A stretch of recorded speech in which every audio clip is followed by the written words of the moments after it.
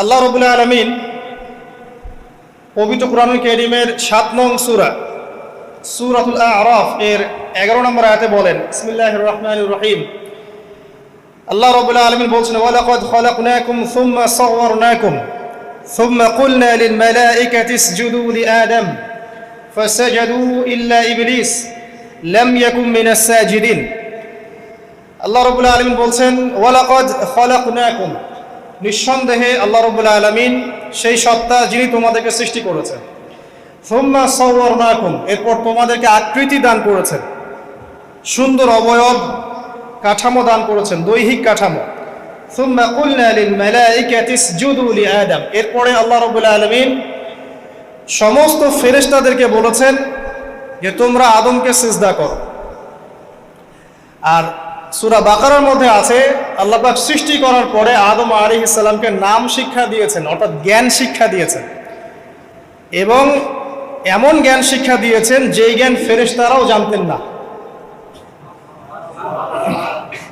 আল্লাহ পাক ফেরেশতাদেরকে বলেছিলেন যে তোমরা এই নামগুলো বলে দাও দেখি, যদি তোমরা সত্যবাদী হয়ে থাকো। ফেরেশতারা এই নামগুলো বলতে পারেননি। তারা বলেছিলেন, লা ইলমা লানা ইল্লা মা আল্লামতানা, আপনি আমাদেরকে যা শিখিয়েছেন এর বাইরে আমাদের কোনো জ্ঞান নেই। এরপর আল্লাহ পাক আদম আলাইহিস সালামকে বলেছেন, আদম তুমি নামগুলো বলে দাও দেখি। এরপর আদম আলাইহিস সালাম সুন্দর করে সব নামগুলো বলে দিয়েছেন, কারণ আল্লাহ পাক তাকে সেই জ্ঞান শিক্ষা দিয়েছিলেন। এরপরে আল্লাহ রাব্বুল আলামিন ফেরেশতাদেরকে বলেছেন তোমরা আদমকে এখন সিজদা করো, কারণ জ্ঞানের মানদণ্ডে আদম তোমাদের চেয়ে শ্রেষ্ঠ। সুবহানাল্লাহ।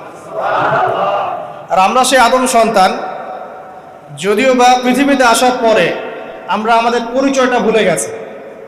সেই আদম সন্তান, যে আদমকে আল্লাহ রাব্বুল আলামিন ফেরেশতাদেরকে দিয়ে সম্মানিত করলেন, সিজদা করালেন, সেই আদম সন্তান এখন আল্লাহর জমিনে শিরক করে, নবী সাল্লাল্লাহু আলাইহি ওয়াসাল্লামের সুন্নতের অনুসরণ করতে চায় না, নবীদের আদর্শ মানতে চায় না, কোরআন এবং সুন্নাহ মেনে জীবন করতে চায় না। সেই আদম সন্তান এখন জেনা করে, ব্যভিচার করে, মাদকদ্রব্য পান করে, সমকামী।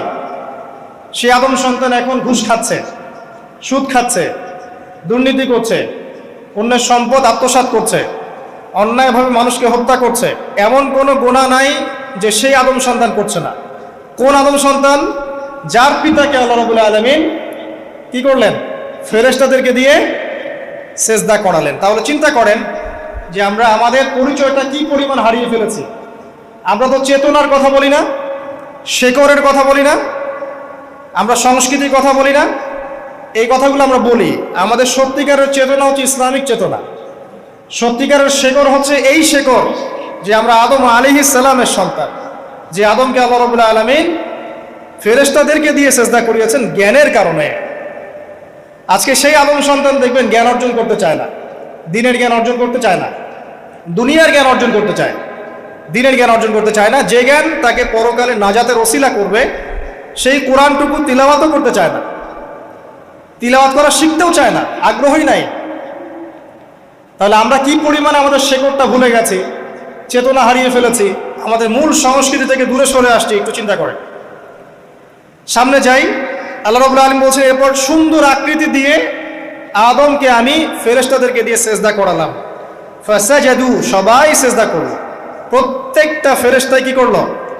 সেজদা করলো। ইল্লা ইবলিস, কে সেজদা করলো না? ইবলিস। ইবলিস সেজদা করলো না। ইবলিস কে ছিল? সে কিন্তু কোনো ফেরেশতা ছিল না। সে ছিল একজন জিন। কানা মিনাল জিন্নি, সূরা কাহফে আল্লাহ বলেছেন কানা মিনাল জিন্নি, সে জিনদের একজন ছিল। ঠিক আছে? সে আল্লাহ রাব্বুল আলামিনের এত বেশি ইবাদত করেছিল যে আল্লাহ রাব্বুল আলামিন তাকে এক পর্যায়ে ফেরেশতাদের উপরে একটা দায়িত্বশীল বানিয়ে দিয়েছিলেন। ঠিক আছে? তো কিন্তু তার মনের ভিতরে একটা কিবর বা অহংকার ছিল, যে অহংকারের কারণে সে কিন্তু আল্লাহ পাকের এই নির্দেশটা পালন করলো না, লঙ্ঘন করলো। আমরা সামনে যাই। লাম ইয়াকুম মিনাস সাজিদিন, আল্লাহ পাক বলছেন সে সিজদাকারীদের অন্তর্ভুক্ত ছিল না। কে? ইবলিস। আচ্ছা, ক্বালা, আল্লাহ পাক এবার বলছেন মা মানাআকা আল্লা তাসজুদা ইয আমারতুক, আল্লাহ পাক বলছেন হে ইবলিস, কিসে তোমাকে নিষেধ করলো কে তোমাকে বারণ করলো আদমকে সেজদা করতে, যাকে আমি সেজদা করার আদেশ করেছি? কি জন্য করলে না? সোজা কথায়, তুমি কি জন্য সেজদা করলে না আদমকে? মানে আঁকা, তোমাকে কে বারণ করলো? এবার ইবলিস তার দলিল পেশ করছে। সে বলছে যে ক্বালা আনা খায়রুম মিন, সে বলল আমি আদমের চাইতে উত্তম। আসসালাতু খায়রুম মিনান নাওম, এটা জানেন না? ঘুমের চেয়ে নামাজ উত্তম। ঠিক এইভাবেই সে ইবলিস বলছে কি আনা খায়রুম মিন, আমি তার চেয়ে উত্তম। কি কারণে উত্তম? খালাকতানি মিন নার ওয়া খালাকতাহু মিন তিন। হে আল্লাহ, আপনি আমাকে সৃষ্টি করেছেন আগুন দিয়ে। জিনদেরকে কি দিয়ে সৃষ্টি করা হয়েছে? আগুন দিয়ে। ফেরেশতাদেরকে কি দিয়ে? নূর দিয়ে। তাহলে এখানে প্রমাণ হলো যে ইবলিস কিন্তু ফেরেশতা নয়। আমাকে সৃষ্টি করেছেন আগুন দিয়ে, ওয়া খালাকতাহু মিন তিন, এবং আদমকে সৃষ্টি করেছেন তিন মানে কাদামাটি দিয়ে। তার মানে আগুন কাদামাটির চেয়ে সুপিরিয়র, বেশি মর্যাদা সম্পন্ন, ওর মানে কে আছে আর কি। এই কারণে সে সিজদা করল না। এবার আল্লাহ রাব্বুল আলামিন বলছেন ক্বালা ফাহবিত মিনহা, ইবলিস এখান থেকে নেমে যাও। এটা কোন জায়গা? একদম মহাকাশের উপরে না, নাকি পৃথিবীতে? এটা সাত আসমানের উপরের ঘটনা। ইতিহাস শুরু হয়েছে মহাবিশ্বে। মানুষের অস্তিত্বও ছিল না, এমন একটা সময় চলে গেছে। মহাবিশ্বে কোটি কোটি বছর চলে গেছে যখন মানুষ বলতে কিচ্ছু ছিল না। ছিল না। অনেক পরে মানুষকে সৃষ্টি করা হয়েছে। তো এখন দুনিয়াতে মানুষের চলাচল দেখলে মনে হয় মহাবিশ্বে সে একাই আছে, আর কেউ নাই, তাই না? আচ্ছা, এটা দলিল কোরআনে আছে। সূরা দাহার 1 নম্বর আয়াত পড়ে দেখবেন, হাল আতা আলাল ইনসান হাইনুম মিনাদ দাহরি লাম ইয়াকুন শাইআন মাযকুরা। আল্লাহ পাক বলছেন মানুষের উপরে এমন সময় চলে গেছে যে মানুষ কোনো আলোচ্য বিষয় ছিল না, উল্লেখযোগ্য কোনো বিষয় ছিল না। তো সভ্যতার শুরুর ঘটনা হচ্ছে এটা, মানে মানব সভ্যতার একদম শুরুর শেকড়ের ঘটনা হচ্ছে এটা। একদম শুরুর চেতনা, শুরুর সংস্কৃতি শুরু হচ্ছে এখান থেকে। এবার ইবলিস বলছে আমি সেজদা করব না, বিকজ আমি তার চেয়ে সুপিরিয়র। আপনি তাকে সৃষ্টি করেছেন মাটি দিয়ে, আমাকে সৃষ্টি করেছেন আগুন দিয়ে, আমি তাকে সেজদা করব না। সে আল্লাহ পাকের আদেশ লঙ্ঘনই করলো না, বরং আল্লাহকে উল্টা একটা যুক্তি দেখালো যে আপনি ভুল, আমি ঠিক। নাউজুবিল্লাহ, আপনি আমাকে আদমকে সেজদা করতে বলছেন, এটাই ভুল, বরং উচিত হচ্ছে ও আমাকে সেজদা করবে। নাউজুবিল্লাহ। তো সে কিন্তু আবা ওয়াস্তাকবার, সে উদ্ধত হলো এবং অহংকারও প্রদর্শন করলো। আল্লাহ পাক বলেন ক্বালা ফাহবিত মিনহা, এখন এখান থেকে নেমে যাও। এই জান্নাতি বলেন আর ওই ঊর্ধ্ব জগতি বলেন, সেখান থেকে তোমরা নেমে যাও, তুমি নেমে যাও। ফামা ইয়াকুনু লাকা আন তাতাকাব্বারা ফিহা, এখানে দাঁড়িয়ে তুমি অহংকার করবে এই অধিকার তোমাকে দেয়া হয় নাই। সোজা কথায় আল্লাহ পাক বলছেন এখানে দাঁড়িয়ে তুমি অহংকার করবে এই অধিকার তোমাকে দেয়া হয়নি। আল্লাহ পাক অহংকারীকে পছন্দ করেন না। অহংকারীদেরকে আল্লাহ পাক কিয়ামতের মাঠে পিঁপড়ার মতো উঠাবেন। তাদের আকৃতি মানুষের সমানও হবে না, ছোট ছোট কালো পিঁপড়ার মতো হবে, এবং অন্ধকার ওদেরকে ঢেকে নিবে। তো আমাদের মনে যাদের অহংকার আছে, আল্লাহর রাস্তা অহংকার ছেড়ে দেই। অহংকার ইলমেরও থাকতে পারে। একজনের অনেক বড় ইলমি ডিগ্রি সার্টিফিকেট আছে, অমুক ফারেক তমুক ফারেক, অমুক মুহাদ্দিস অমুক মুফাসসির, ডাবল ডিগ্রি, এটারও অহংকার থাকতে পারে, ঠিক আছে?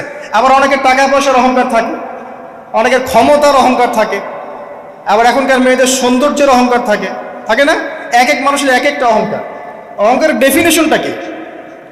একজন সাহাবী নবী সাল্লাল্লাহু আলাইহি ওয়াসাল্লামকে বলছেন, ইয়া রাসূলুল্লাহ, আমি পছন্দ করি আমার গায়ের পোশাকটা সুন্দর হোক, আমার জুতা সুন্দর হোক, ঠিক আছে, আমার সুগন্ধি ভালো হোক, দামি হোক, এটা কি অহংকারের পরিচয়?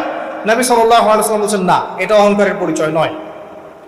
বরং অহংকারের পরিচয় হচ্ছে অন্য মানুষকে তুচ্ছ তাচ্ছিল্য করা এক, আর দুই হচ্ছে সত্যকে প্রত্যাখ্যান করা। মনে থাকবে অহংকারের সংজ্ঞা কি? এক, অন্য মানুষকে তুচ্ছ তাচ্ছিল্য করা, আর দুই, সত্যকে প্রত্যাখ্যান করা। এখন সত্য কি? আইনস্টাইনের থিওরি সত্য, নাকি পিথাগোরাসের উপপাদ্যই সত্য, নাকি আমাদের পশ্চিমারা যে সেকুলারিজম, কমিউনিজম, ডেমোক্রেসি ইত্যাদি ইত্যাদি, ন্যাশনালিজম, এগুলো দিয়ে দিয়েছে মতবাদগুলো, এগুলি চূড়ান্ত সত্য? সায়েন্সই কি চূড়ান্ত সত্য? চূড়ান্ত সত্যটা কি আসলে? এক কথায় সূরা কাহফের 29 নম্বর আয়াতে সত্যের সংজ্ঞা আছে। কত নম্বর আয়াতে? সূরা কাহফের 29 নম্বর আয়াতে আল্লাহ পাক বলেন ওয়াকুলিল হাক্কু মির রাব্বিকুম, হে নবী আপনি বলে দিন সত্য সেটাই, ন্যায় অন্যায়ের চূড়ান্ত মানদণ্ড সেটাই, হক বাতিলের চূড়ান্ত মানদণ্ড সেটাই। কোনটা? যেটা তোমার রবের পক্ষ থেকে নাজিল হয়। আমাকে বলেন যে রবের পক্ষ থেকে কি নাজিল হয়েছে? একসময় তাওরাত নাজিল হয়েছিল না? ওটাই হক ছিল। ওই সময় কি ছিল? সেটাই হক ছিল। জাবুর ওই সময়ের কি ছিল? হক। ইনজিল ওই সময়ের হক ছিল। এখন কি আছে আমাদের কাছে? কোরআন এবং এর ব্যাখ্যা হচ্ছে হাদিস। কিয়ামত পর্যন্ত কি অন্য কোনো শরীয়ত আসবে? অন্য কোনো নবী আসবে? কেউ যদি বলে যে অমুকে নবী হবে, সে কি মুসলিম না কাফের? তাহলে কোনো সন্দেহ আছে? যদি কেউ দাবি করে যে মুহাম্মদ সাল্লাল্লাহু আলাইহি ওয়াসাল্লাম শেষ নবী নন, আরো নবী আসতে পারে, নাউজুবিল্লাহ, এবং এই কুফরি আকীদায় বিশ্বাসীকে কেউ যদি কাফের মনে না করে, সেও কাফের হয়ে যেতে পারে। বুঝতে পারছেন? আসেন, তো অহংকারের সংজ্ঞাটা আমরা জেনে নিলাম যে সত্যকে প্রত্যাখ্যান করা, আল্লাহর ওহীকে প্রত্যাখ্যান করা, মানে কোরআন এবং সুন্নাহ থেকে সরে আসা, এটাকে মিথ্যা মনে করা, বা অন্য কোনো মতবাদকে কোরআন সুন্নাহর সমকক্ষ মনে করলেও কুফরি হয়ে যাবে। এরকম মনে করে অন্য একটা মতদর্শ, একটা দর্শন, একটা ফিলোসফিক্যাল থট বা একটা স্কুল অফ থট কোরআন সুন্নাহর চেয়ে ভালো নয় কিন্তু কোরআন সুন্নাহর সমমানের, এটাও যদি কেউ মনে করে, কাফের। কথা কি বুঝতে পারছেন? এটা হচ্ছে অ্যাবসলিউট ট্রুথ, মানে এটা সত্যের একদম সর্বোচ্চ স্টেজ, এর উপরে আর কিছু নাই। ভুলে গেছিলেন ভাই? আচ্ছা, এবার আসেন, আমরা অহংকারের সংজ্ঞা জানলাম, সত্যের সংজ্ঞাও জানলাম। এখানে ইবলিস কি করছে? সে অহংকার প্রদর্শন করছে। সে আল্লাহকে বলছে আপনি ভুল, আমি ঠিক। আদমকে সে তুচ্ছ তাচ্ছিল্য করলো এবং সত্যকে প্রত্যাখ্যান করলো, দুটোই কিন্তু ইবলিস করলো এখানে। আসেন, আল্লাহ পাক বলছেন ফাখরুজ, এখান থেকে বের হয়ে যাও হতভাগ। ফাখরুজ মানে উখরুজ মানে বের হও, অতএব ফাখরুজ, এখান থেকে বের হয়ে যাও। ইন্নাকা মিনাস সাগিরিন, তোমার অহংকার করার কোনো সুযোগ নাই এখানে, তুমি তো ছোট পুত্র। ইন্নাকা মিনাস সাগিরিন, সাগির মানে কি? তুমি এখান থেকে, তুমি বের হয়ে যাও এখান থেকে, তুমি একজন ক্ষুদ্র সত্তা, তোমার এখানে অহংকার করার কিচ্ছু নাই। কলা, এবার ইবলিস বলছে, এই জায়গাগুলো খুব ভালো করে শোনেন, আমাদের লেকচারের আসল জায়গায় কিন্তু যাবে ওইদিকে। যদি আড়াইটা পর্যন্ত লেকচার দিই, কোনো সমস্যা আছে? আচ্ছা, তাহলে বসে থাকে, খাওয়া দাওয়া করে আসছেন তো? আচ্ছা, কলা, এবার ইবলিস বলছে আনজিরনি, শোনেন, ইবলিস বলছে আনজিরনি, হে আল্লাহ আমাকে অবকাশ দিন। কি বলছে? আমাকে অবকাশ দিন। ইলা ইয়াউমি ইউবআসুন, যেই দিন আপনি কিয়ামত ঘটাবেন, যেই দিন সবাইকে পুনরুত্থিত করবেন, ওই দিন পর্যন্ত আমাকে অবকাশ দিন। সূরা বাকারায় আছে, অন্য সূরায় আছে রব্বি আনজিরনি ইলা ইয়াউমি ইউবআসুন। ইবলিস বলছে হে আমার রব। কি বলছে ইবলিস? হে আমার রব। ইবলিস কি তাহলে আস্তিক না নাস্তিক? কথা বলেন, ইবলিস কি আস্তিক না নাস্তিক? আস্তিক। ইবলিস বলছে যে ইয়া রব্বি, রব্বি, হে আমার রব, হে আমার প্রতিপালক। আল্লাহকে ইবলিস বলছে হে আমার প্রতিপালক, আনজিরনি, আমাকে অবকাশ দিন, ইলা ইয়াউমি ইউবআসুন, কিয়ামত দিবস পর্যন্ত, বা যেদিন আপনি পুরো মানব জাতিকে উঠাবেন কবর থেকে, আবার ওই দিন পর্যন্ত আমাকে অবকাশ দিন। তার মানে কিয়ামত যে হবে এটা নতুন করে লেখা হয় নাই, সভ্যতায় হিস্ট্রির শুরু থেকেই কিয়ামত ছিল। কথা বুঝতে পারছেন? ফেরেশতারাও জানতেন যে একদিন মহাবিশ্ব ধ্বংস হয়ে যাবে। যখন পৃথিবীতে মানুষকে পাঠানো হয়নি তার আগেই ফেরেশতারা জানতেন, আল্লাহ পাকের ইলমে ছিল এবং তিনি এটা ফয়সালা করে দিয়েছিলেন যে একদিন এই পুরো মহাবিশ্বই ধ্বংস হয়ে যাবে। ইবলিস আগে থেকে জানতো যে কিয়ামত হবে, এই জন্য সে বলছে আমাকে কিয়ামত পর্যন্ত অবকাশ দিন। আল্লাহ পাক এবার কি বলছেন দেখেন, ইবলিস আল্লাহর কাছে চাইলো, আল্লাহ পাক তাও তাকে ফেরত দিলেন না। আর আমরা আল্লাহর কাছে চাইতে এখন হতাশা হয়ে যায় না, দোয়া করতে থাকি আর বলি যে আমার দোয়া তো কবুল হচ্ছে না।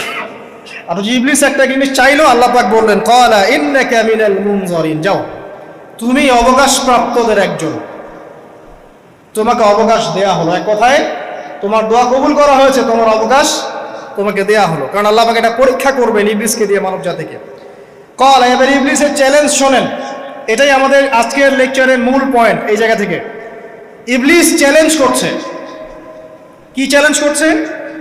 ফাবিমা আগওয়াইতানি, হে আল্লাহ আপনি যে কারণে আমাকে বিচ্যুত করলেন, মানে আমি আমার যে কৃতকর্মের কারণে আপনার রহমত থেকে বঞ্চিত হয়ে গেলাম, ঠিক আছে, লাআকুদান্না লাহুম সিরাতাকাল মুস্তাকিম, আমি সেই আদমের এবং আদমের সন্তানের সরল পথে ওত পেতে বসে থাকব। কথাটা ভালো করে বোঝেন। ইবলিস চ্যালেঞ্জ করলো কাকে? আল্লাহকে, যে কারণে আল্লাহ আপনি আমাকে বহিষ্কার করলেন। এখন আমি কি করব? আমি এই আদম সন্তানের সরল পথে, আপনাকে পাওয়ার এই পথের আনাচে কানাচে আমি ওত পেতে বসে থাকব। কি জন্য বসে থাকব?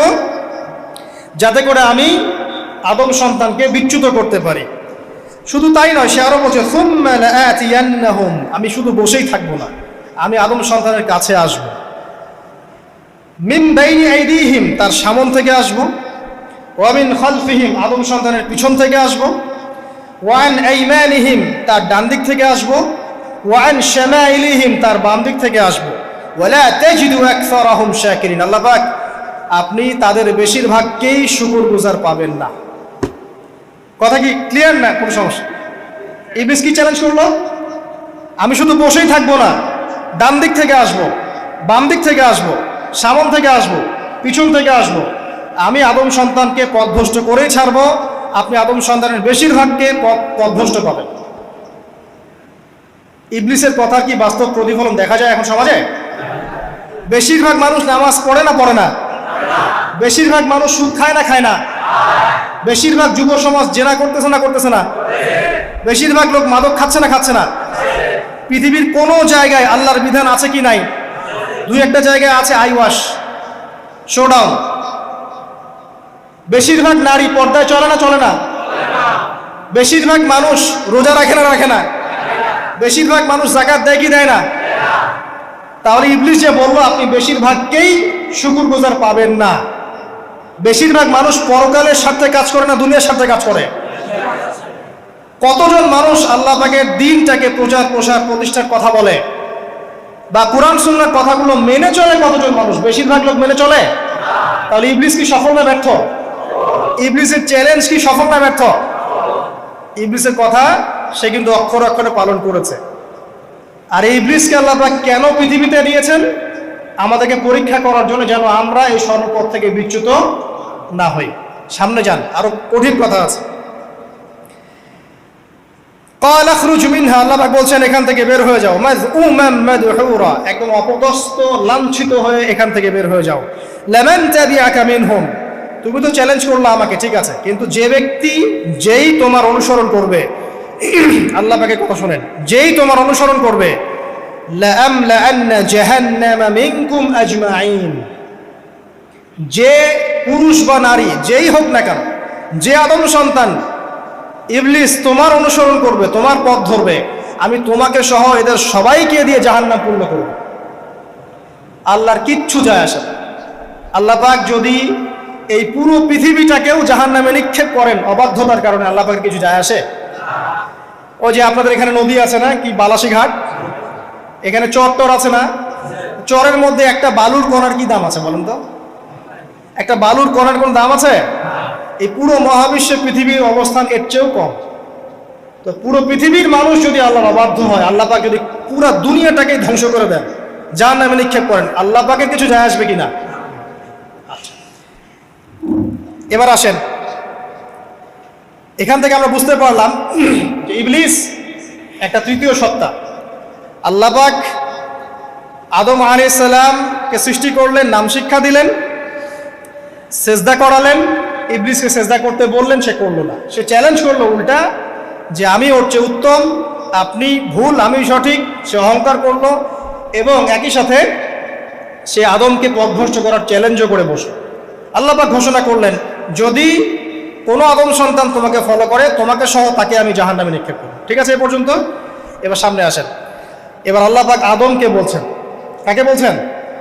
আদম আলাইহিস সালামকে বলছেন, ইয়া আদম, হে আদম। তার আগে আদম আলাইহিস সালামের বুকের পাঁজর থেকে কাকে সৃষ্টি করেছেন? হাওয়া আলাইহিস সালাম, সভ্যতার ইতিহাসের প্রথম নারী এবং ইতিহাসের সবচেয়ে সুন্দরী রমণী কে? হাওয়া আলাইহিস সালাম। আরেকজন আছেন সবচেয়ে সুন্দরী রমণী, কে? কে বলতে পারবেন? জি না, 100 টাকা পুরস্কার বলেন। হ্যাঁ, নাম কি?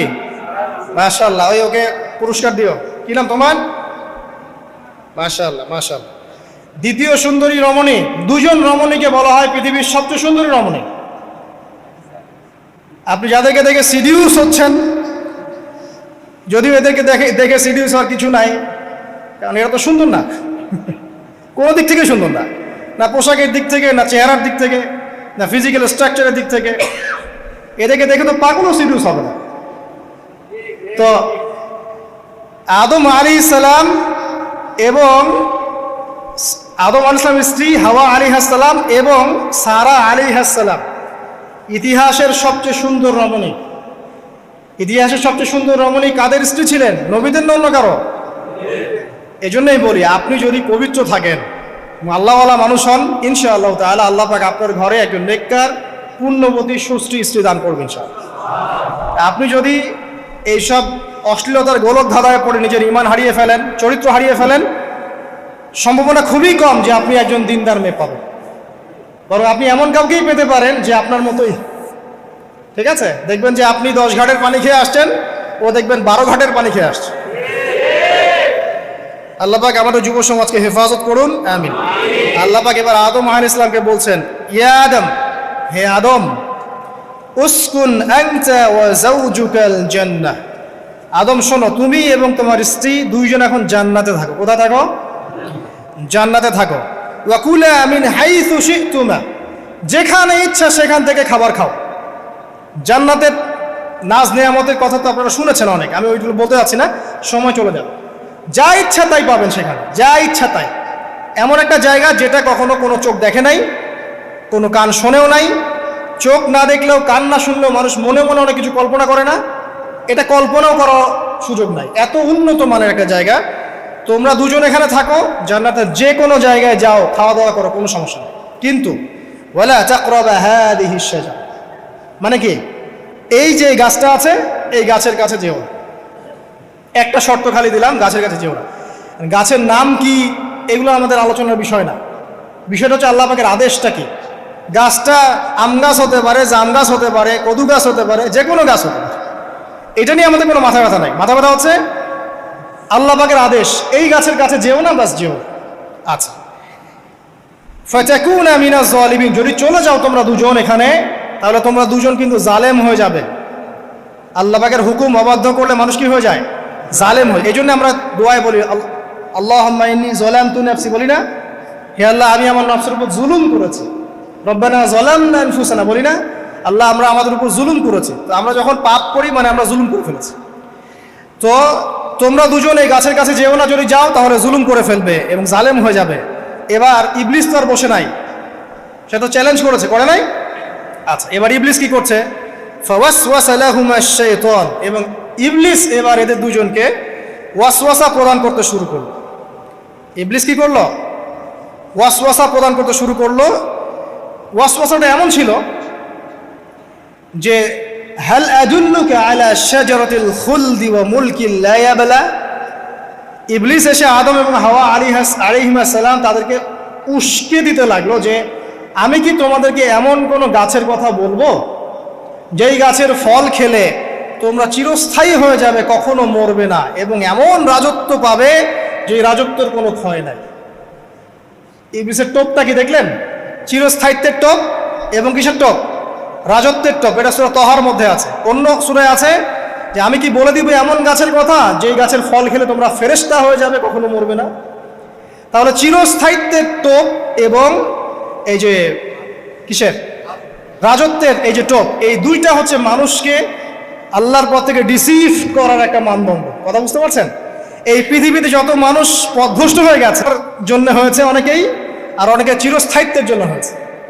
ফেরাউন নমরুদ চিরস্থায়িত্বের লোভে পড়ে পথভ্রষ্ট হয়নি? আর ওই সময় থেকে শুরু করে এখনকার বিশ্বে যারা ক্ষমতাধর, এরা কি ক্ষমতার দাপটে পথভ্রষ্ট হচ্ছে না? এই দুটো হচ্ছে মানুষকে পথভ্রষ্ট করার মাধ্যম। ইবলিস খুব ভালো করেই জানতো। একটা কথা বলি নাই, যখন আদম আলাইহিস সালামকে তৈরি করে রাখা হয়েছে, সৃষ্টি করে রাখা হয়েছে, ইবলিস এর চারপাশে রাউন্ড দিচ্ছিল, তাওয়াফ করছিল, তাওয়াফ।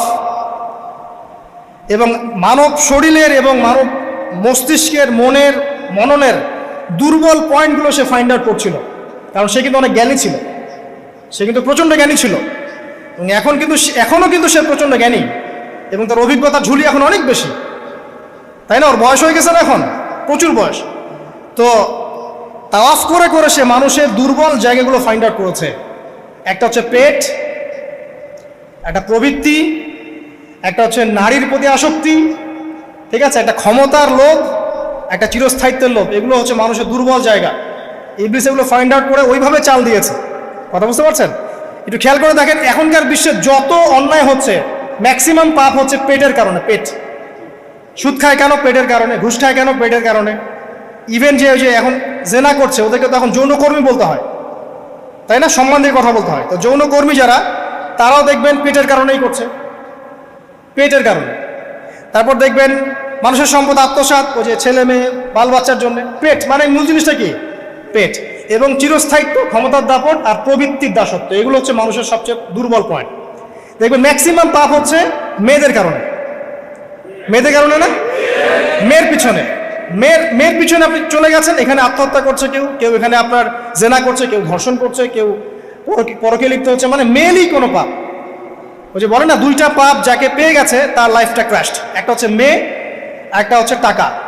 অর্থ সম্পদের লালসা যার মধ্যে পেয়ে বসেছে, এর জীবন শেষ। আর যার মেয়ের নেশা আছে, মেয়ের নেশা যার মধ্যে আছে, এর জীবন শেষ। একে আপনি হেদায়েতের পথে আনতে পারবেন না ইল্লা মাশা আল্লাহ, আল্লাহ পাক যদি না চান। আসেন, ইবলিস তাওয়াফ করছিল এবং সে কিন্তু টোপ দিল, চিরস্থায়িত্বের টোপ দিল। এবং কিসের টোপ দিল? ফেরেশতা হয়ে যাবে, অমর হয়ে যাবে। এবার আমাদের পিতামাতা আদম এবং হাওয়া আলাইহিস সালাম তারা কিন্তু ফল খেয়ে ফেললেন। আর এটা এমন নয় একবার ওয়াসওয়াসা দিয়েছে বাস খেয়ে ফেলেছেন, এমন নয়।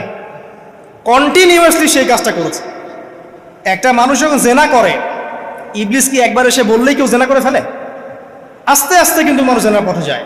ওই যে প্রথমে একদিন, অনেক দিন একটা লেকচার দিয়েছিলাম না, প্রথমে গার্লফ্রেন্ড বয়ফ্রেন্ড একটা সম্পর্ক হয়, তাই না? তারপর কথাবার্তা হয়, মোবাইল ফোন এক্সচেঞ্জ করে, নোট এক্সচেঞ্জ করে, কফি খায়, আস্তে আস্তে ডেটিংয়ে যায়, পরে দেখবেন এক পর্যায়ে গিয়ে জেনায়। এভাবে। আর যারা ধর্ষক, এতে ডাইরেক্ট অ্যাকশন, এত সময় নাই, ডাইরেক্ট। তো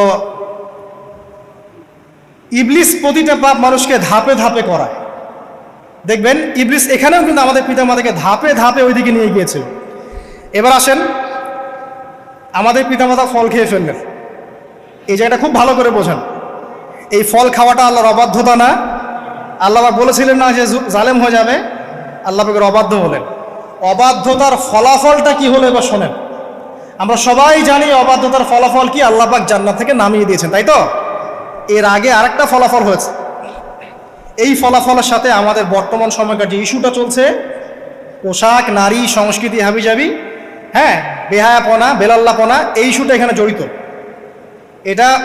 এটা আমারও বুঝতে এবং খুঁজে পেতে সময় লেগেছে। আমরা সবাই পড়েছি স্টুডেন্ট লাইফে, আদম এবং হাওয়া আলাইহিস সালাম আদেশ লঙ্ঘন করেছেন, সাথে সাথে আল্লাহ পাক জান্নাত থেকে কি করেছেন? নামিয়ে দিয়েছেন। ইবলিসকেও নামিয়ে দিয়েছেন, তারপরে হায়াত দিয়েছেন, এখানে পরীক্ষা করছেন, এই তো। এখানে আল্লাহ পাক দেখবেন আমাদের আমল কেমন, আমল ভালো হলে আবার জান্নাতে, খারাপ হলে আবার জাহান্নাম। কিন্তু এর আগেও একটা ঘটনা ঘটেছে। যে মুহূর্তে আমাদের পিতামাতা ফল খেয়েছেন গাছের কাছে গিয়েছেন, আল্লাহ পাকের আদেশটা লঙ্ঘন করেছেন, সাথে সাথে তাদের গায়ের পোশাকটা খুলে পড়ে গেছে। আমি বুঝাতে পারি নাই? পুরো মহাবিশ্বের প্রথম লজ্জা, প্রথম অপমান, প্রথম শাস্তি, ঠিক আছে, আল্লাহর অবাধ্যতার প্রথম পরিণাম, লজ্জা, মানে লজ্জাহীনভাবে গা থেকে কাপড় খসে পড়ে যাওয়া, ন্যাংটা হয়ে যাওয়া, ন্যাংটা। বাংলা ভাষায় বুঝতে পারছেন? প্রথম শাস্তি, প্রথম অবাধ্যতা এবং প্রথম অবাধ্যতার পরিণতি পুরো মহাবিশ্বে সভ্যতা শুরু থেকে শেষ পর্যন্ত প্রথম অ্যাক্সিডেন্ট, বা এই যে আমরা বলছি পরিণতি, পাপের পরিণতি, অবাধ্যতার পরিণতি, সেটা হলো গা থেকে কাপড় খুলে যাওয়া। এই কথা আল্লাহ পাক বলছেন এখানে, লিইউবদিয়া লাহুমা মা উরিয়া আনহুমা মিন সাওয়াতিহিমা। ইবলিস তোমাদের পিতামাতাকে এই গাছের কাছে নিয়ে গিয়ে ফল খাইয়ে তাদের গা থেকে পোশাক খুলে ফেলে দিয়েছে। এবার কি বুঝতে পারছেন যে ইবলিস এখন বিশ্বে কি করছে? ইবলিস সেম কাজটা করছে আমাদের সাথে, আমাদের গা থেকে তারা পোশাক খুলে ফেলে দিচ্ছে। সভ্যতার শুরুর পাপ বলছি না আমরা, এটা আসলে ভুল। সভ্যতার শুরুতে আদম এবং হাওয়া আলাইহিস সালাম যে ভুলটা করেছেন, তার যে পরিণতি হয়েছে সেটা এটা ছিল না যে জান্নাত থেকে পৃথিবীতে নামিয়ে দেয়া, বরং পরিণতি এটা ছিল তাদের গা থেকে প্রথম কাপড় খুলে গেছে। তারা নগ্ন হয়ে গেছেন। ইবলিস সর্বপ্রথম আমাদের বাবা মাকে নগ্ন করেছে প্রলোভন দিয়ে, ক্ষমতার প্রলোভন, চিরস্থায়িত্বের প্রলোভন দিয়ে। আজকের বিশ্বেও কি ইবলিসের দোসর সেম কাজটা করছে না? আজকের বিশ্বেও কি ইবলিসের মানুষরূপী দোসরগুলা সেম কাজটাই করছে না? সেম কাজটা করছে। আমাদের গা থেকে ওরা পোশাক খুলে ফেলছে, এরপর আল্লাহ পাক জান্নাত থেকে নামিয়ে দিয়েছে। আগে কিন্তু এটা হয়নি, আগে পোশাক খুলেছে। এরপর কি হয়েছে জানেন? শোনেন, আল্লাহ পাক ওয়াকালা মা নাহাকুমা রাব্বুকুমা আন হাযিহি আশ-শাজারা ইল্লা আন তাকুনা মালাকাইন আও তাকুনা মিনাল খালিদিন। ইবলিস বলছিল যে তোমাদের রব তোমাদেরকে এই গাছের কাছে যেতে নিষেধ করেছে এই কারণে যে তোমরা এখানে গেলে মালাক হয়ে যাবে এবং চিরস্থায়ী হয়ে যাবে। ওয়াকাসামাহুমা ইন্নী লাকুমা লামিনান নাসিহিন। ইবলিস বলছিল যে আমি আল্লাহর কসম করে বলছি আমি তোমাদের শুভাকাঙ্ক্ষী। ফাদাল্লাহুমা বিগুরুর, ওদেরকে তারা পথভ্রষ্ট করলো, ইবলিস তাদেরকে পথভ্রষ্ট করলো। ফালাম্মা যাকাশ শাজারা, যখন তারা গাছের কাছে গেলেন, বাদাত লাহুমা সাওআতুহুমা, তাদের লজ্জাস্থানটা উন্মুক্ত হয়ে গেল, কাপড় খুলে পড়ে গেল। এটাই বলতে যাচ্ছিলাম। ওয়া তাফিকা ইয়াখসিফানি আলাইহিমা মিন ওয়ারাকিল জান্নাহ, এবং আদম এবং হাওয়া আলাইহিমা সালাম জান্নাতের গাছের পাতা ছিঁড়তে লাগলেন এবং সেই পাতা দিয়ে লজ্জাস্থান ঢাকতে লাগলেন। আপনার বাবা আপনার মাকে যদি কেউ রাস্তায় নগ্ন করে ফেলে আপনার কেমন লাগবে? আপনি কি করবেন তার ইজ্জত সম্মান বাঁচানোর জন্য? আমাদের পিতা মাতাকে ইবলিস জান্নাতে নগ্ন করে দিয়েছিল এবং আমাদের পিতা মাতা জান্নাতের পাতাগুলো ছিঁড়ে ছিঁড়ে লজ্জাস্থানকে আবৃত করতে শুরু করল। ওয়ানাদাহুমা রাব্বুহুমা, এবং আল্লাহ পাক বলছেন এবার আল্লাহ পাক তাদের দুজনকে ডাকলেন, ডেকে বলে আলাম আনহাকুমা আন তিলকুমা শাজারা, হে আদম এবং হাওয়া তোমাদের দুজনকে কি আমি বলি নাই যে এই গাছের কাছে যাবে না? ওয়া আকুল লাকুমা ইন্নাশ শাইতানা লাকুমা আদুউম মুবিন, আমি কি তোমাদেরকে বলি নাই নিশ্চয়ই শয়তান তোমাদের স্পষ্ট প্রকাশ্য শত্রু? ক্বালা, এবার তারা তাদের ভুল বুঝতে পারলেন। আল্লাহ পাকের কত দয়া মানুষের প্রতি দেখেন।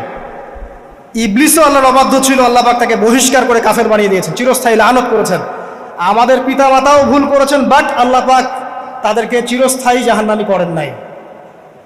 আল্লাহ পাক তাদেরকে দয়া পরবশ হয়ে ক্ষমা করে দিয়েছে।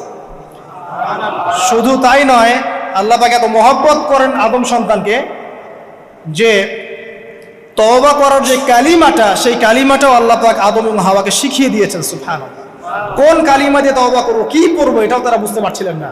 আল্লাহ পাক তখন শিখিয়ে দিয়েছেন। ক্বালা, তারা বলল রব্বানা, হে আমাদের প্রতিপালক, যালামনা আনফুসানা, আমরা আমাদের উপর জুলুম করেছি নফসের উপরে, ওয়া ইল্লাম তাগফির লানা ওয়া তারহামনা লানাকুনান্না মিনাল খাসিরিন। এই দোয়াটা করলেন আমাদের পিতামাতা, আল্লাহ পাক মাফ করে দিলেন। কিন্তু মাফ করার পরে আর জান্নাতে থাকা হলো? এই পৃথিবীতে নামিয়ে দেওয়া। পৃথিবীতে নামিয়ে দেওয়ার পরে একটা হায়াত দেওয়া হলো, কারো 50, 60, 70, 100, 200, 500, 1000 ইত্যাদি, এবং আল্লাহর পক্ষ থেকে ঐশী গ্রন্থ পাঠানো হলো, কখনো তাওরাত, কখনো জাবুর, কখনো ইনজিল ইত্যাদি, কখনো কোরআন। শর্ত দেয়া হলো যারা আল্লাহ পাকের এই ঐশী গ্রন্থগুলো মেনে চলবে তারা ইনশাআল্লাহ আবার মৃত্যুর পর সেই জান্নাতে ফিরে যাবে যেখান থেকে তারা বহিষ্কৃত হয়েছে।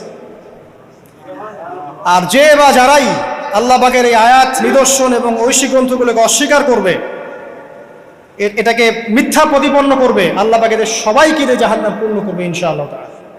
আল্লাহ পাক এটাও বলেছেন যে আল্লাহ পাক ওয়ালাকাদ যারানা লি জাহান্নামা কাসীরাম মিনাল জিন্নি ওয়াল ইনস, আল্লাহ পাক বহু মানুষ আর জিনকে দিয়ে জাহান্নাম পূর্ণ করবেন।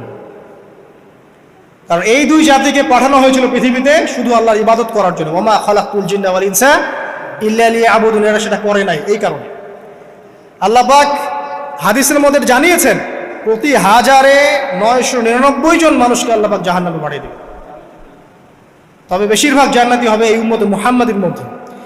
এবার শোনেন, আমাদের পিতামাতার এই পরিণতির পর আল্লাহ পাক যখন আমাদেরকে পৃথিবীতে পাঠালেন, আল্লাহ পাক আমাদেরকে নগ্ন করে পৃথিবীতে রাখেন নাই। সুবহানাল্লাহ, আল্লাহ পাক আসমান থেকে লিবাস পাঠিয়েছেন। এই যে সমাজ বিজ্ঞানের বইগুলোতে লেখা আছে না, মানুষ আগে নগ্ন ছিল, গাছের ছালপাতা পরে থাকতো, তারপরে বন্যপ্রাণী শিকার করতো, গুহায় গুহায় থাকতো, বোগাস, মিথ্যা, বাজে কথাগুলো সব একদম টোটাল মিথ্যা কথাগুলো। আল্লাহ রাব্বুল আলামিন সভ্যতা শুরু করেছেন নবী দ্বারা, সভ্যতা শেষও করবেন নবী দ্বারা। প্রত্যেক যুগে যুগে সভ্যতার ধারক এবং বাহক ছিলেন নবীগণ। আর আদম আলাইহিস সালাম পৃথিবীতে আসার পর নগ্ন হয়ে থাকেন নাই। আল্লাহ পাক আসমান থেকে লেবাস পাঠিয়েছিলেন, সুবহানাল্লাহ। আল্লাহ পাক আমাদেরকে নগ্ন করে রাখেন নাই। এবার দেখেন আল্লাহ পাক কি বলছেন, ইয়া বানি আদম। আচ্ছা আসেন, ইয়া বানি আদম, হে বনু আদম, কাদেরকে বলছেন? আমাদেরকে। قد أنزلنا عليكم لباسا يواري سوآتكم وريشا, হে বনু আদম, আমি তোমাদেরকে নগ্ন ছেড়ে দিচ্ছি না, আমি তোমাদের জন্য লেবাস আর পোশাক পাঠাচ্ছি, যেই পোশাক দিয়ে তোমরা তোমাদের লজ্জাস্থানকে আবৃত করবে এবং সৌন্দর্য বর্ধন করবে। এটা করছি না আমরা এখন? আচ্ছা, ওয়া লিবাসুত তাকওয়া যালিকা খায়র, আর তাকওয়ার লেবাস, তাকওয়ার পোশাকটা হচ্ছে সবচেয়ে উত্তম। যেমন দেখেন আমাদের সতর কি এই নাভির উপর থেকে হাঁটুর নিচ পর্যন্ত না, তাই বলি কি আমরা সবাই এভাবেই ঘুরি? এটা সর্বনিম্ন একটা স্কেল, তাই না? এর উপর আপনি জুব্বা পরছেন, পাগড়ি পরছেন, টুপি পরছেন, বা আপনি হয়তো আরো ঢিলেঢালা কোনো পোশাক পরছেন, এই পোশাকটাকে বলা হচ্ছে তাকওয়ার পোশাক। ওয়া লিবাসুত তাকওয়া যালিকা খায়র, এটা আরো উত্তম। একজন মেয়ের, অনেক আলেম বলছেন যে চোখ, এই চোখটুকু ঢেকে বের করে দেখা যাবে, বলছে না? অনেকে বলেছেন কিনা? কিন্তু এটাও যদি কেউ সামনে জিলবাব দিয়ে ঢেকে রাখে তাহলে কি উত্তম নয়? পর্দার ক্ষেত্রে উত্তম নয়? তো লিবাসুত তাকওয়া যালিকা খায়র, তাকওয়ার যে পোশাক সেটা আরো উত্তম বেশি। নর্মালি তো পোশাক দিয়েছি, তাকওয়ার পোশাক সবচেয়ে উত্তম বেশি। আল্লাহ পাকের একটা সতর্কবাণী শোনেন এবার, যালিকা মিন আয়াতিল্লাহ, এই পোশাকটা আল্লাহ পাকের নিদর্শন। পোশাকটা কি? আল্লাহ পাকের নিদর্শন। লাআল্লাকুম ইয়াযাক্কারুন, যাতে করে তোমরা স্মরণ করতে পারো। কি স্মরণ করব? ওই যে আমাদের পিতা মাতাকে নগ্ন করে দিয়েছে ইবলিস, এটা মনে রাখতে পারো তোমরা, এটা আল্লাহ পাকের নিদর্শন। ইয়া বানি আদম, হে বনু আদম, লা ইয়াফতিনান্নাকুমুশ শাইতান। এবার শোনেন, আল্লাহ পাক আমাদেরকে বলছেন, হে বনু আদম, লা ইয়াফতিনান্নাকুমুশ শাইতান, শয়তান যেন আবার তোমাদেরকে ফিতনায় ফেলতে না পারে। পৃথিবীতে তোমরা থাকবে, শয়তানের বহু দোসর তোমাদের সামনে থাকবে, ডানে বামে, যে ডান থেকে আসবে, বাম থেকে আসবে, হ্যাঁ, সামন পিছন থেকে আসবে, মিডিয়ার মধ্যে দিয়ে তোমাদের ঘরে ঘরে ঢুকে যাবে শয়তানের দোসর। লা ইয়াফতিনান্নাকুমুশ শাইতান, শয়তানের দোসররা যেন তোমাদেরকে ফিতনায় ফেলতে না পারে। কে বলছেন? আল্লাহ পাক বলছেন। কিরকম ফিতনা? কামা আখরাজা আবাওয়াইকুম মিনাল জান্নাহ, ঠিক যেভাবে শয়তান তোমাদের পিতা মাতাকে জান্নাত থেকে বের করে দিয়েছিল, ওই রকম ফিতনায় যেন ফেলতে না পারে। ঠিক আছে? ওয়ায়ানজিউ আনহুমা লিবাসাহুমা, এবং শয়তান তোমাদের পিতা মাতার লেবাস খুলে ফেলেছিল, নগ্ন করে দিয়েছিল, নগ্নতা, বেহায়াপন, অশ্লীলতা শিখিয়েছিল, ওইদিকে ধাবিত করতে চেয়েছিল।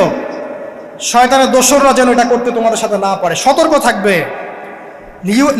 লিউরিয়াহুমা সাওআতিহিমা, যাতে করে তোমাদের লজ্জাস্থানটা উন্মুক্ত হয়ে যায়। ইন্নাহু ইয়ারাকুম, নিশ্চয় শয়তান তোমাদের সবাইকে দেখতে পায়। হুয়া ওয়া কাবিলুহু, সে এবং তার পুরো কবিলার লোকজন। মিন হাইসু লা তারাউনাহুম, এমন জায়গা থেকে যে জায়গা তোমরা দেখতে পারো। মানে শয়তান এবং তার অনুসারী যারা আছে, হোক মানুষ আর জিন, তারা তোমাদেরকে দেখতে পারে এমন জায়গা থেকে যা তোমরা দেখো না। আমরা যারা এই বিশ্বে আছি, আমরা সবাই এখন খেলার পুতুলের মতো খেলছি। যারা নিয়ন্ত্রণ করে বিশ্ব, এদেরকে কেউ দেখতে পারে না, এরা মানুষ শয়তান। কথা বুঝতে পারছেন? আর এমনি জিন শয়তান যারা আছে, এদেরকে তো আমরা দেখতে পারি না, অনেক দূর থেকে তারা আমাদেরকে দেখতে পারে।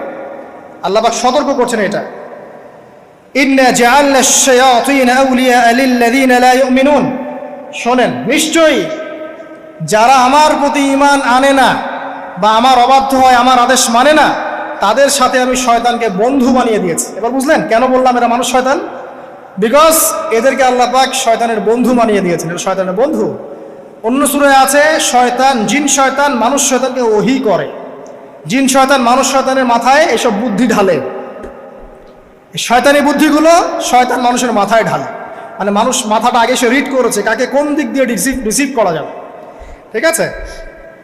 আচ্ছা, এরপরে আরো আল্লাহ পাক বলছে, ওয়াইদা ফাআলু ফাহিশাতান, তারা যখন কোনো ফাহিশা কাজ করে, নোংরা বেহায়ার মতো কাজ করে, ক্বালু, তারা বলে, ওয়াজাদনা আলাইহি আবানা, এরকম করেই আমরা আমাদের পিতা মাতাদেরকে পেয়েছি। মানে যুগ যুগ ধরে এই সংস্কৃতি চলে আসছে, নগ্নতার সংস্কৃতি, বলে না?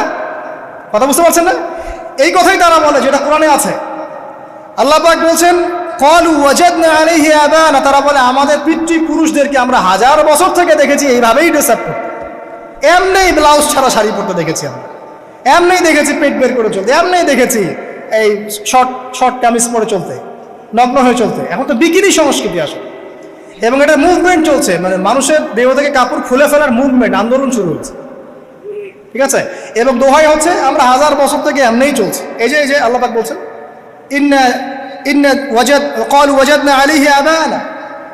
আমরা এর উপরে আমাদের পিতা মাতাদেরকে পেয়েছি। ওয়াল্লাহু আমারানা বিহা, এরা আরো বলে আল্লাহ আমাদেরকে এই আদেশ করেছেন। নাউযুবিল্লাহ। আল্লাহ বলছেন, আল্লাহ পাকের আদেশ কি? কুল ইন্নাল্লাহা লা ইয়া'মুরু বিল ফাহশা, নিঃসন্দেহে আল্লাহ পাক কোনো ফাহেশা কাজের আদেশ করতেই পারেন না। পারেন? নিঃসন্দেহে আল্লাহ পাক কোনো ফাহেশা, বেলাল্লাপনা, বেহায়ার মতো কোনো আদেশ, বেহায়াপনার কোনো কাজের আদেশ করতে পারেন না।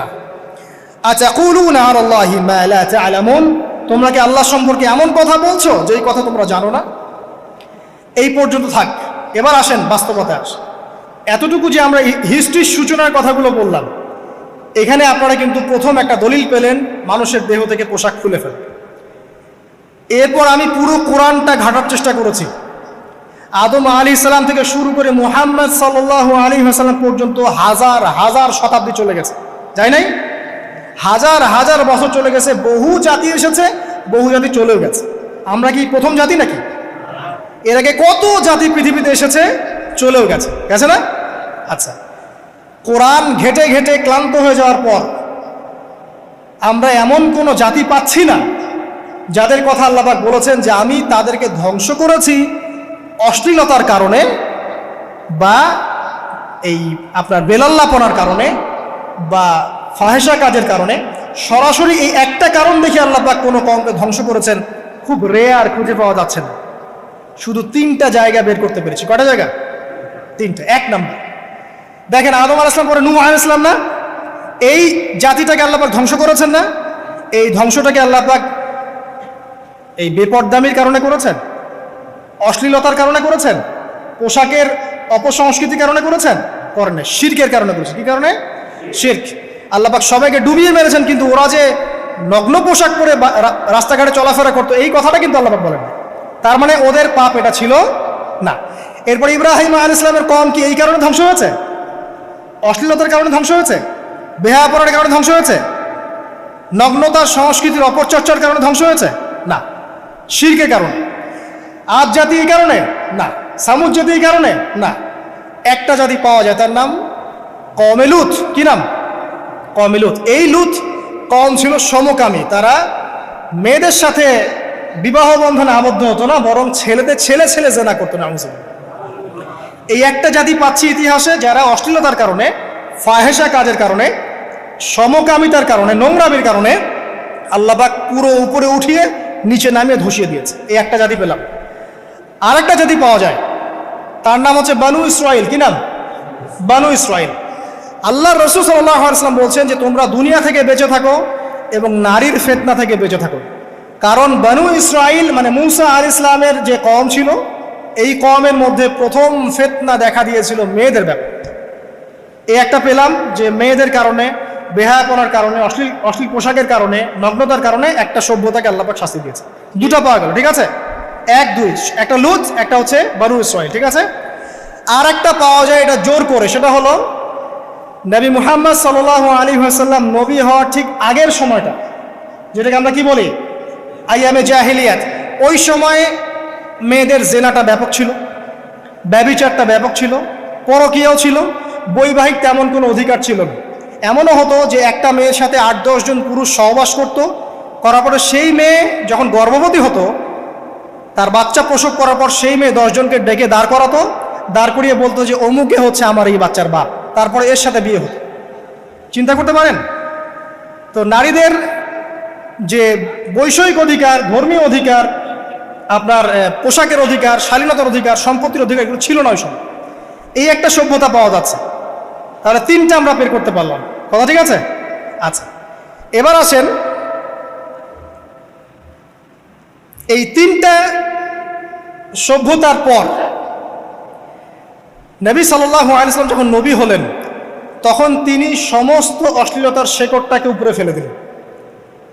সভ্যতার ইতিহাস থেকে শুরু করে আমরা যত জাতির ধ্বংস দেখছি, এই ধ্বংসগুলো শিরকের কারণে হয়েছে, কুফরির কারণে হয়েছে, অবাধ্যতার কারণে হয়েছে। মাত্র কয়েকটা জাতির ক্ষেত্রে অশ্লীলতা, বেহায়াপনা, আপনার ফাহেশা কাজ, এগুলোর রিজন দেখানো হয়েছে।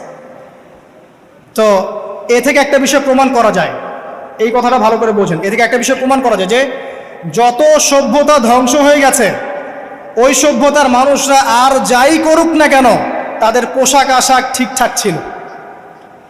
কথা বুঝতে পারছেন না? যত সভ্যতা ধ্বংস হয়ে গেছে, আদ, সামুদ, নূহ, ফেরাউন, ঠিক আছে, যত সভ্যতা ধ্বংস হয়ে গেছে তাদের আর যত পাপী থাক, হয়তো কেউ অহংকারী ছিল, কেউ কুফরি করেছে, কেউ শিরিক করেছে, হ্যাঁ, কেউ সন্তানদেরকে হত্যা করেছে, কেউ মানুষ হত্যা করেছে, কেউ জুলুম করেছে, কেউ অহংকার করেছে ইত্যাদি, কিন্তু তাদের পোশাক আশাক শতাব্দীর পর শতাব্দী ঠিকঠাকই ছিল। এটা নিয়ে আল্লাহ পাক কোরআনে খুব বেশি কথা বলেন না। তার মানে বোঝা যায় যে এটা রিমার্কেবল কোনো কথা বলার বিষয় ছিল না, আল্লাহ পাক বলেন।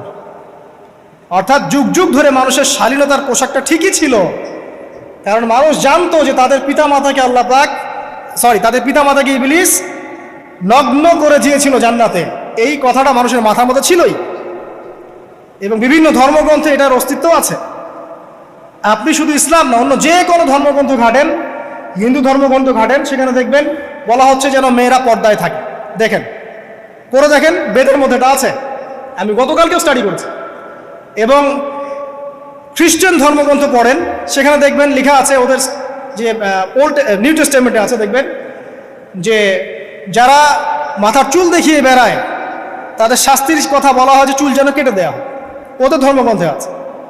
যারা জিউস, যারা পুরো বিশ্বে মুসলিমদেরকে অত্যাচার করে থাকে, এদের ধর্মগ্রন্থ পর্যন্ত আছে যে যখন ইসহাক আসছিলেন, একজন নারী জিজ্ঞাসা করলেন কে আসছেন, তার ভৃত্য বললেন যে আমার প্রভু আসছেন, তখন তিনি নেমে নিজে একটা ঢিলেঢালা পোশাক করলেন, তারপর সামনে গেলেন। শুধুমাত্র ইসলাম ধর্মে নয়, যত ধর্ম চলে গেছে পৃথিবীতে সমস্ত ধর্মের মধ্যেই নারীদের শালীন পোশাকের কথাটা বর্ণিত আছে এখন পর্যন্ত।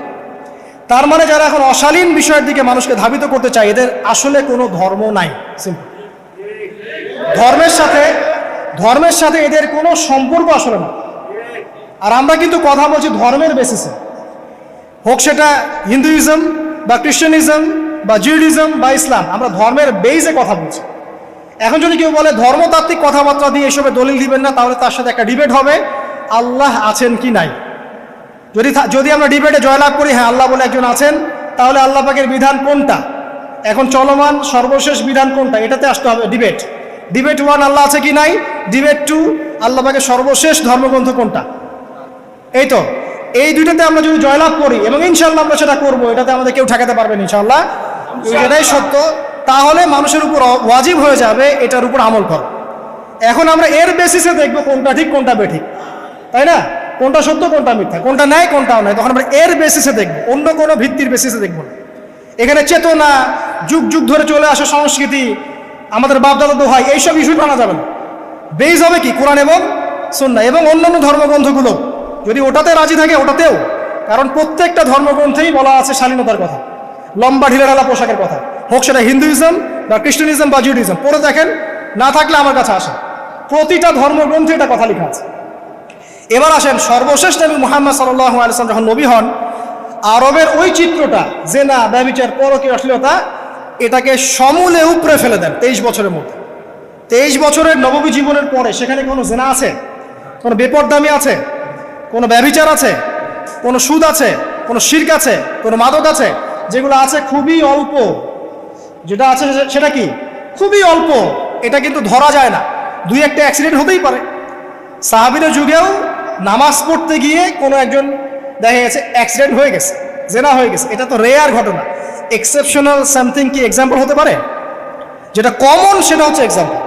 মানে আপনি বলবেন যে মেয়েদের শালীনতার কথা এবং এর কারণে ধর্ষণের সংখ্যা বৃদ্ধি হচ্ছে, এই কথা আপনি যখন বলবেন, কিছু মানুষ আপনাকে বলবে যে তাহলে বোরখাওয়ালা মেয়ে কেন ধর্ষিত হচ্ছে, তাহলে বাচ্চা কেন ধর্ষিত হচ্ছে। আপনাকে বলছি পরিসংখ্যানটা কতটুকু, কেন হচ্ছে সেটা আমরা জবাব দিব, আগে বলছি পরিসংখ্যান কতটুকু।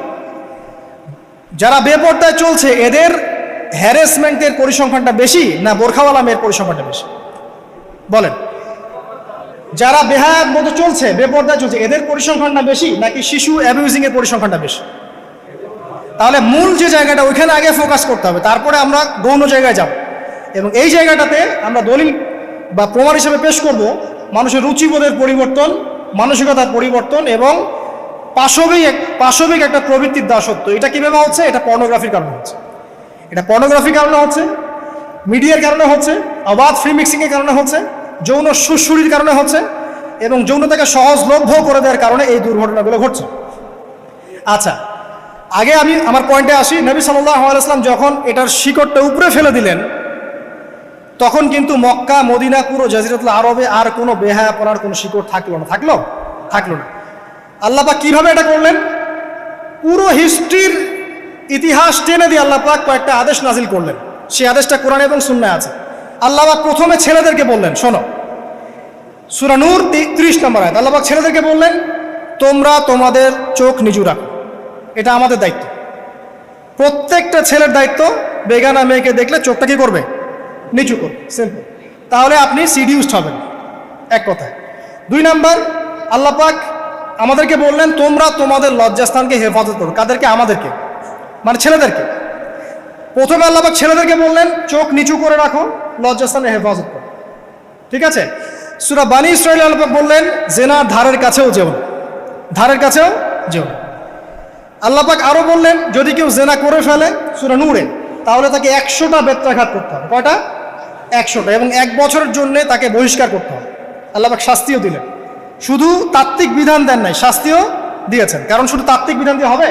আমি যদি ওয়াজ করে বেড়াই, ভাই মদ খায়েন না, কোনো শাস্তি না অ্যাপ্লাই করি, তাহলে কি মদ ছাড়বে মানুষ? আমরা যদি বলি হত্যা করা মহাপাপ, দুর্নীতি করা মহাপাপ, মানুষ দুর্নীতি ছাড়বে না যতক্ষণ না শাস্তি নিশ্চিত করা যাচ্ছে।